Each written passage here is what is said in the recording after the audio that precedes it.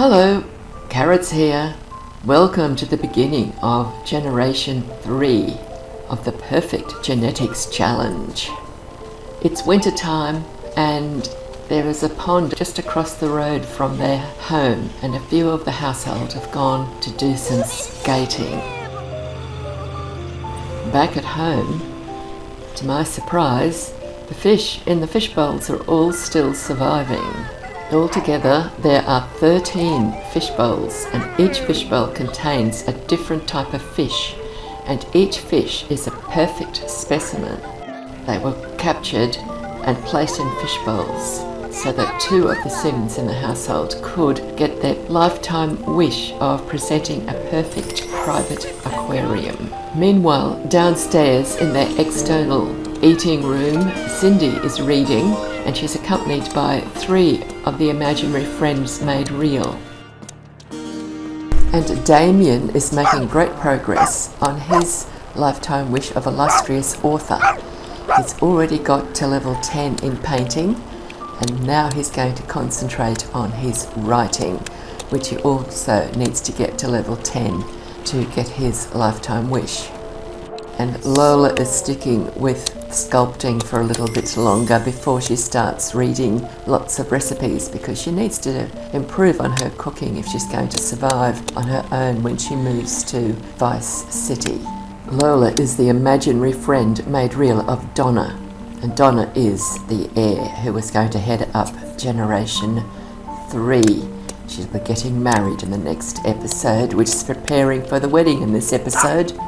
And in the next room is Debbie. She's starting to read some of her recipes. She's completed her lifetime wish of illustrious author, and she has just gone crazy writing books, and she keeps on getting wishes to write more and more books. And I've decided that she needs to take a break from that and just start reading some recipes. So the next morning, the children and teens are off to school, and it looks like Clark going off to work in the science facility. Cindy works there too, but she doesn't go to work as often as he does because she's a lot higher up in her career. They both want to be creature-robot crossbreeders. Well, remember in the last episode when I said I'd never seen a sim get a magic gnome out of sculpting? And here it is, she's done it again. Last episode she got a magic gnome of invention, and now she's got a Salt and Sam magic gnome when she was sculpting with stone. Never seen that happen before, and now I've got a single sim who's done it twice in a very short period of time. Here's little Bindi. I wonder what he's up to. He seems to have purpose behind his movement. He's going somewhere special. Ah, look, there's Bill. Bill's daughter is about to get married, and she's the head of Generation 3. He is married to the head of Generation 2, Cindy. He's giving little Bindi a pat. They're having a quiet moment as they prepare for the wedding. But Bindi's not going to take part in the wedding, but of course Bill will be there as father of the bride. And Coco Cat is out in the snow. Must be cold out there. There's only a couple of doors the pets can open, and that's one of them. That door you can see there, that is the same door that we just saw little Coco go through. Lola was to go through it. She ended up out in the snow near the swimming pool. But she's just finishing off the little table that she was making. I think that they mainly get the gnomes off tables, because the two she's got, she was making some sort of a table both times. So there's the finished table. Looks like a little end table. That's what the gnome appeared on top of. Now Cindy must have gone to work, because I just got a notification that she has just reached the stage of creature-robot crossbreeder. So she has now completed her lifetime wish. Thought we might just check up on the horses. They're in their paddock down the road from the main house. That's Rocket Pony on the left and Patch Pony there near the ball. They're across the road from the coffee house.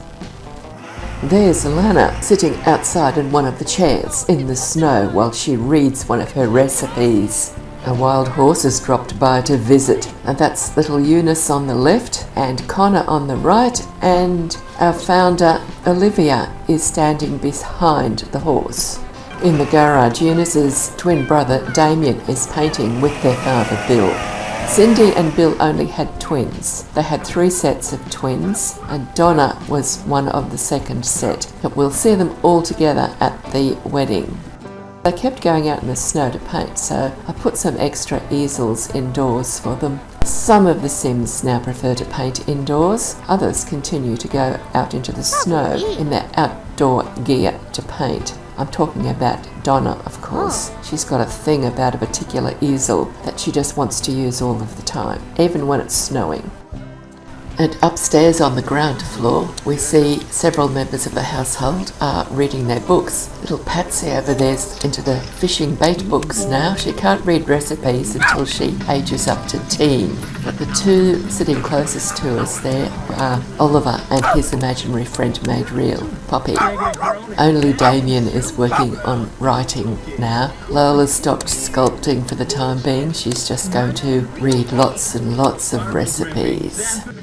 And here is Donna, the bride for the next wedding and our heir to head up Generation 3. She's the one who's going to be having all the babies, the next generation. Looks like Donna's made a chair, which she sold for 328 simoleon. And Eunice, Donna's little sister, is still finishing off her painting. And then she's going to spin into her outdoor outfit and catch the bus to school with the other children and teens. We've got 4 children and 2 teens in the household at the moment. Here's Lana out in the snow making friends with little Bindi, and Lana is Donna's imaginary friend made real. Lana's well and truly ready to move to Vice City, but she's just waiting for the wedding. She's got to level 10 in cooking, so she's read all the recipes, and she has completed a lifetime wish of Renaissance Sim. So now she's just focusing on alchemy at the moment, and Donna was also Renaissance Sim as her lifetime wish, and she's completed that. So she's now focusing on getting as many lifetime happiness points as she can, and she just got a heap for selling that ice sculpture that she had there. And now Donna has been conferred the new title of Renaissance Sculptor by the Appaloosa Plains Town Council in recognition of her valuable contributions to the workforce.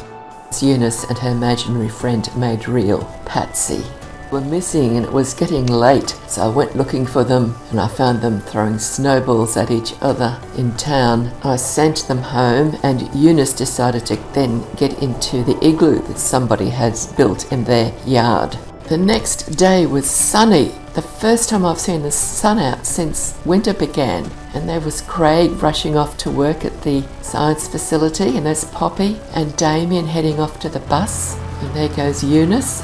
Damien and Eunice are twins, and there's Patsy. She is Eunice's imaginary friend made real. After school, for reasons only known to Poppy, she went off to the junkyard and built a snowman. They're starting to build snowmen all over the place, but I've only seen the regular snowmen built by them so far. I'll wait until she's finished building that snowman and then I'll send her home. And here comes Donna.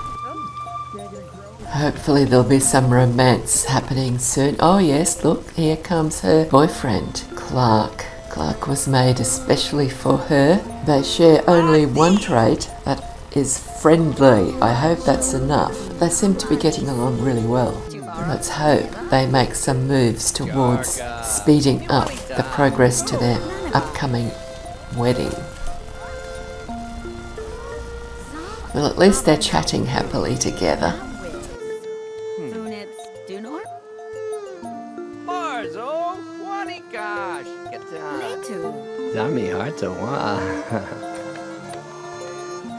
There's a little bit of flirting happening.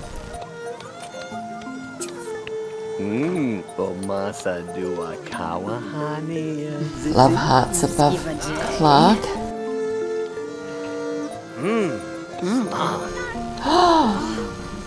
Kiss. And she's going to kiss him back. Wow, that's good. There is hope. Let's hope he can propose to her.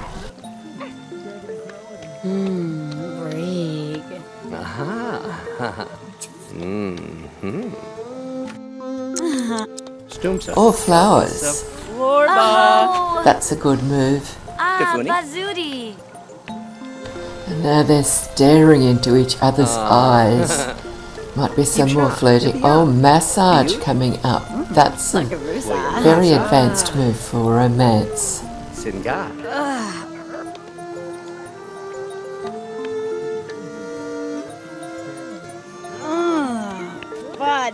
Kamazaz. Seza?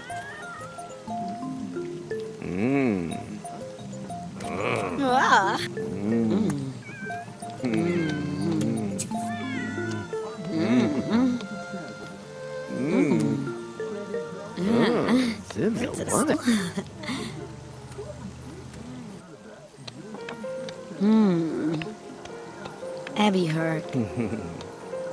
Motzi Gab. Ashamo. Unitat. Sana. Zark too. Kavu.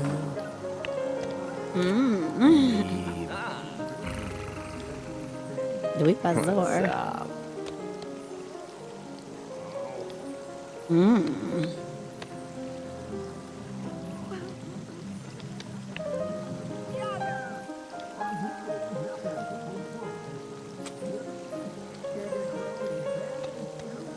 Orbla.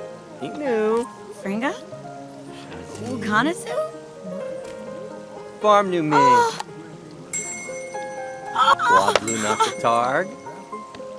Congratulations, they're engaged. Job done.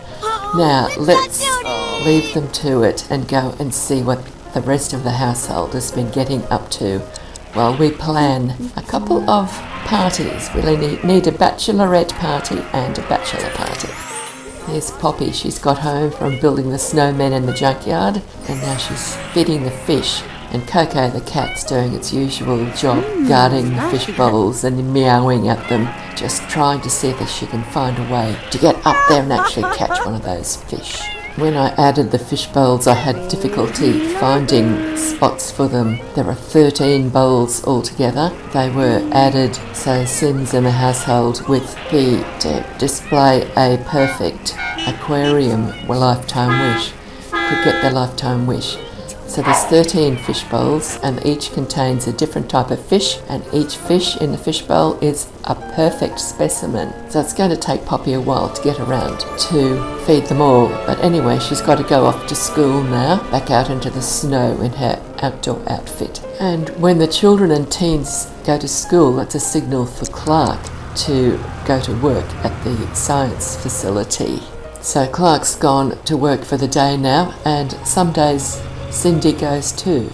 And on this particular day, Lana and Lola, the imaginary friends made real of Donna and Debbie, had to go to City Hall to collect a community service award. And they had to go out in the snow and here they come, they've emerged and each one has a hero trophy in their inventory now. They'll be able to display them in their new home when they move to Vice City. They'll each get a home of their own there. Donna has decided it's a perfect time to go out into the snow to paint on her favourite easel. This time she managed to get to level 10 in her painting skill.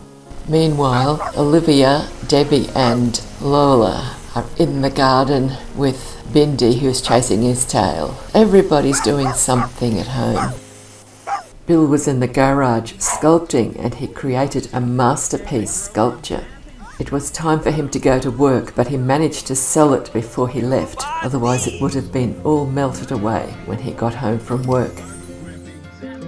After work he created another sculpture, and this time it was a brilliant sculpture, and when he'd finished he sold this one as well, and he finally managed to earn enough simoleons from selling sculptures to achieve his current wish, and he got 7,500 lifetime happiness points from earning so much money from selling ice sculptures. He has to sell the ice sculptures because they will melt, because he hasn't done 25 ice sculptures yet, and he needs to do 25 of them before he will be able to make sculptures that never melt.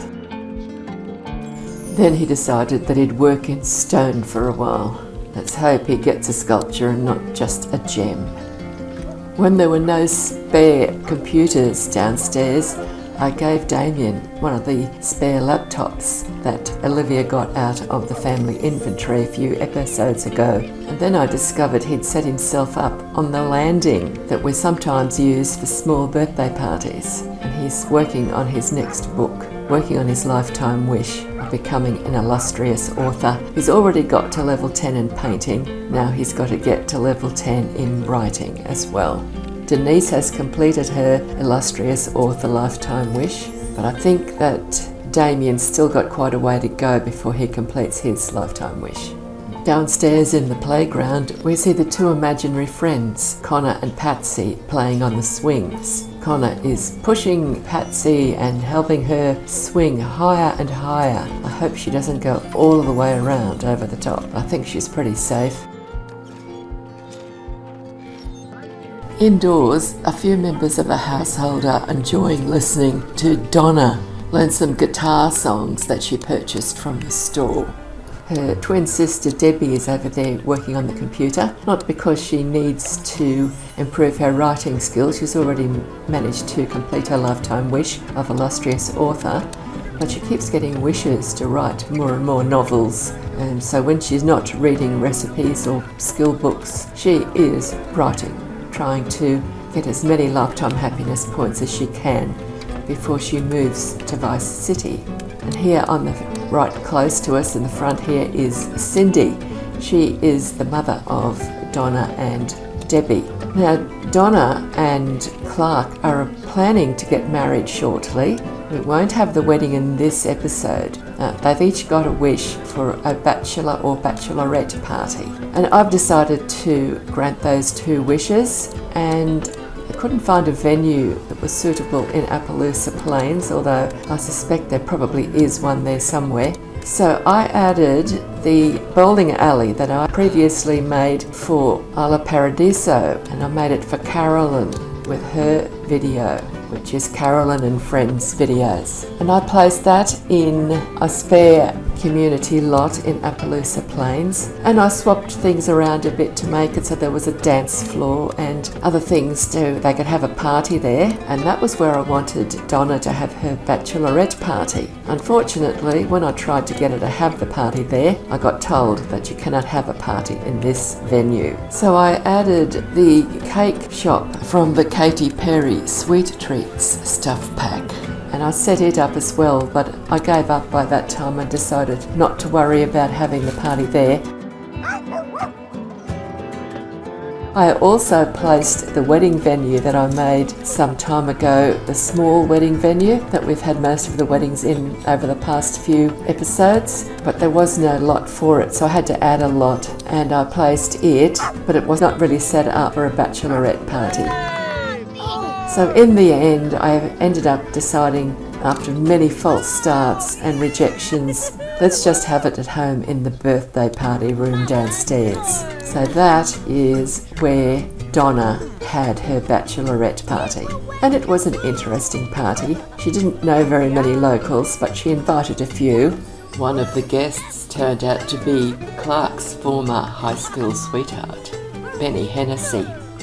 Oliver served the buffet and Poppy made some drinks and put them on the bar, so everybody helped. Now the one thing that I did, because the previous experience inviting townies to parties in a large house, is you must make sure that they can only get into the room where you want them to be. So a few episodes ago I added an external door to the front of the garage. So I turned that into the front door.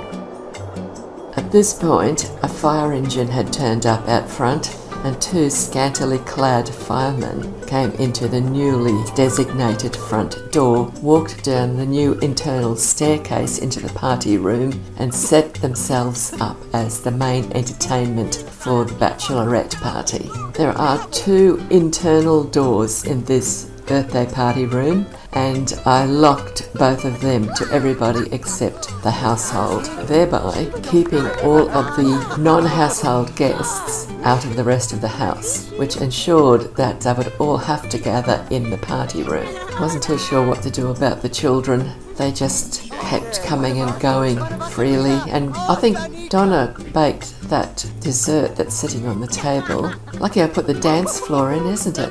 The dance floor came with the late night expansion pack, but the ball with the red, pink and blue stars on it hanging above the dance floor, that came with the 70s, 80s, 90s stuff pack.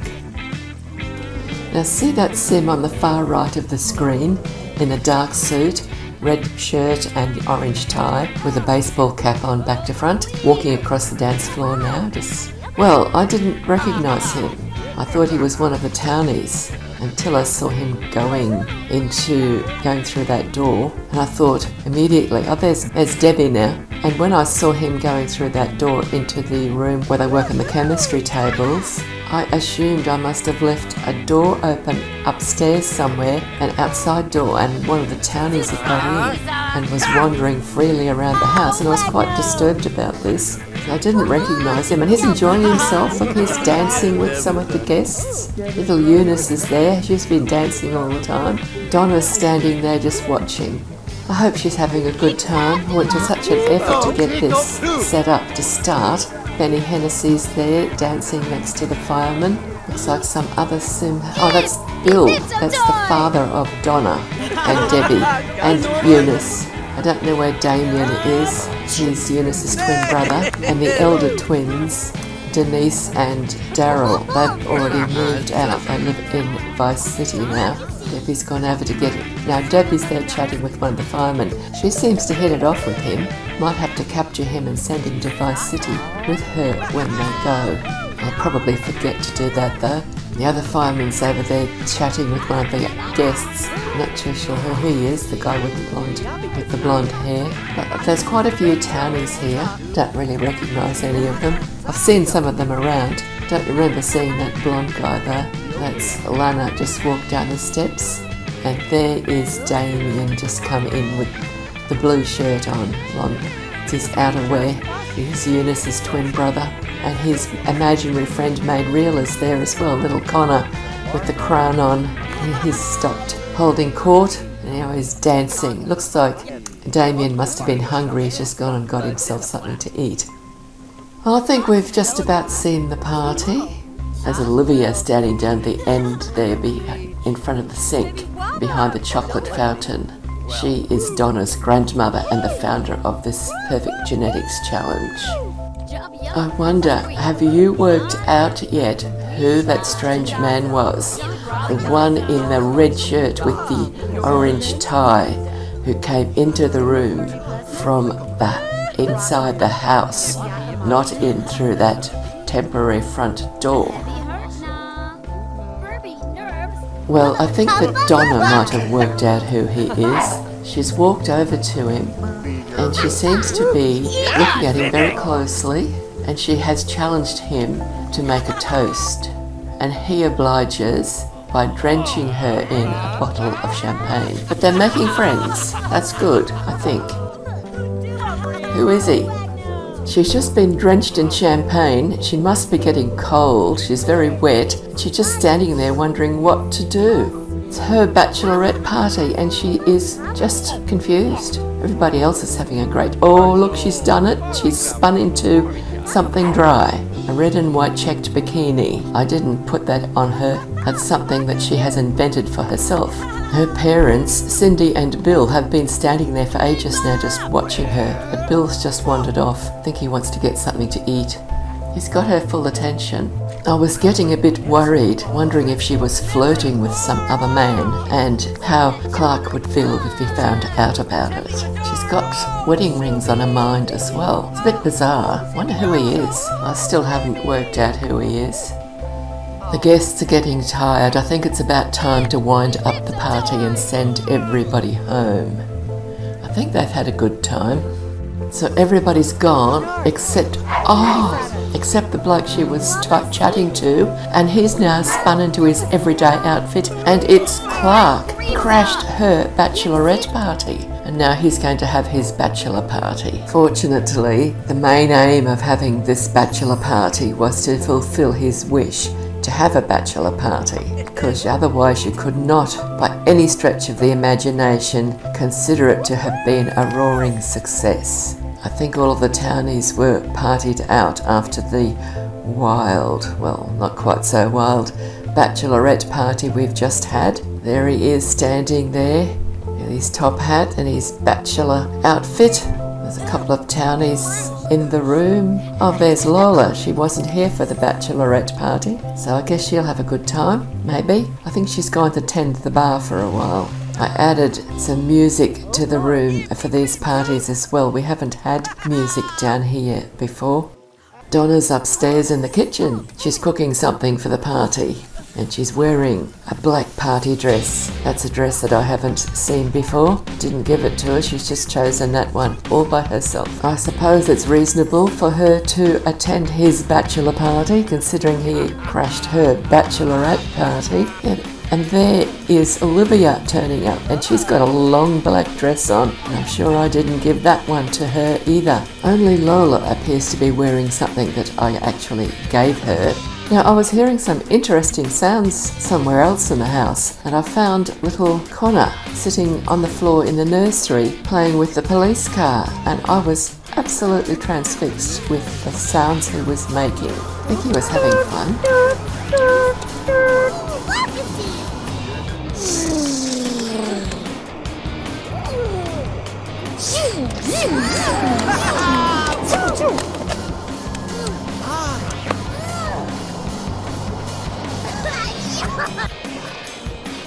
I don't know about you, I was a bit bored with that party, so I went out and investigated, and I discovered something that I had forgotten about. There was a light in the sky and I followed it, and I found a black unicorn with the wild horses.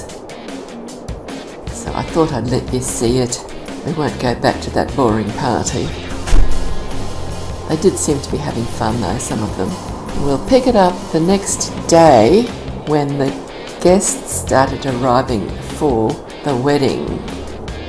It's the next day and the guests have begun arriving.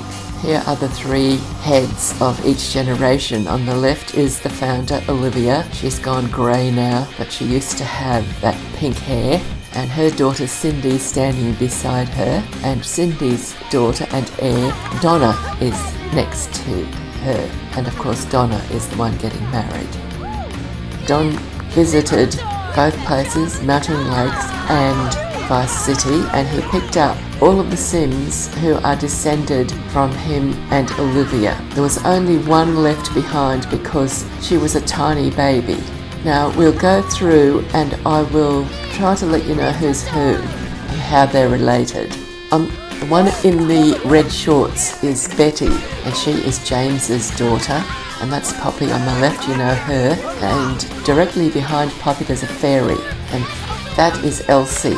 She is the daughter of Gary, and Gary is the eldest child of Don and Olivia. Now you might remember Denise and Daryl. They are Cindy and Bill's eldest twins. The Sim in the purple shirt waving his finger in the air, that's Percy. He is Don and Olivia's second youngest son. Now there's aliens here. 4 of them are Don's alien children and 1 is Bill's alien son. The aliens have all been moved to Vice City. That is Denise and Daryl there.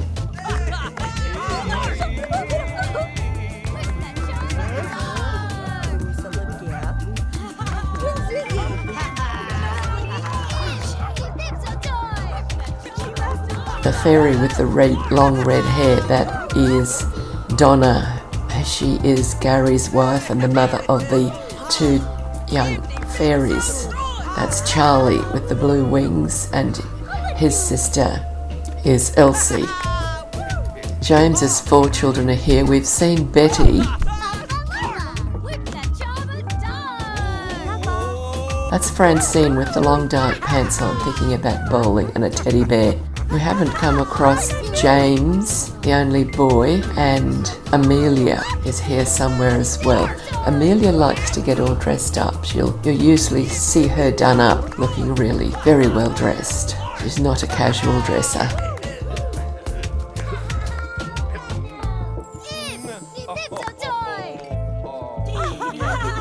and you know the Sims who are in the household.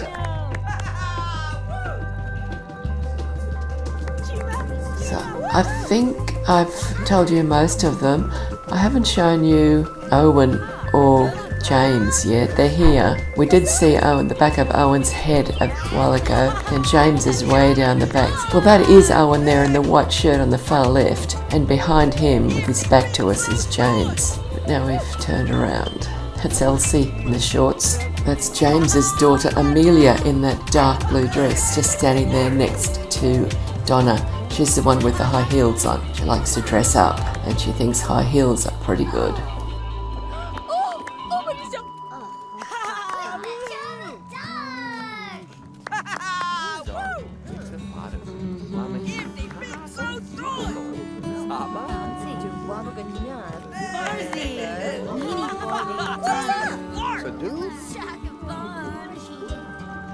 That in the white outfit there is Owen. He is the second eldest of Donna and Olivia's children. And there's James in the blue. I don't know why he's got his back to everybody, but he is divorced from the mother of his children. They live with their mother. He's moved out, but I've brought them all here together for the wedding. And he's now married to a plant sim who's got a baby. And the baby that we left behind is, I didn't check if she's a fairy or not. I think her name's Charmaine, and I'm not too sure if I had anything to do. I don't remember having anything to do with her being born. Maybe the game just generated it because it thought we needed more Sims in the world. That one there with the dark blue dress, that is Amelia. Now, yeah, Charmaine is the baby sister of Charlie and Elsie. They are all the children of Gary and Donna. Gary is the eldest son, or the eldest child of Don and Olivia. They only had one girl, that was their heir, Cindy, and she was in the middle. 3 older brothers and 2 younger brothers. Getting another look at James there. That's James's son Jimmy there in the dark shirt just behind Cindy. He's just standing still. Cindy and Bill are dancing. You'll get to see them all again in their formal outfits at the wedding.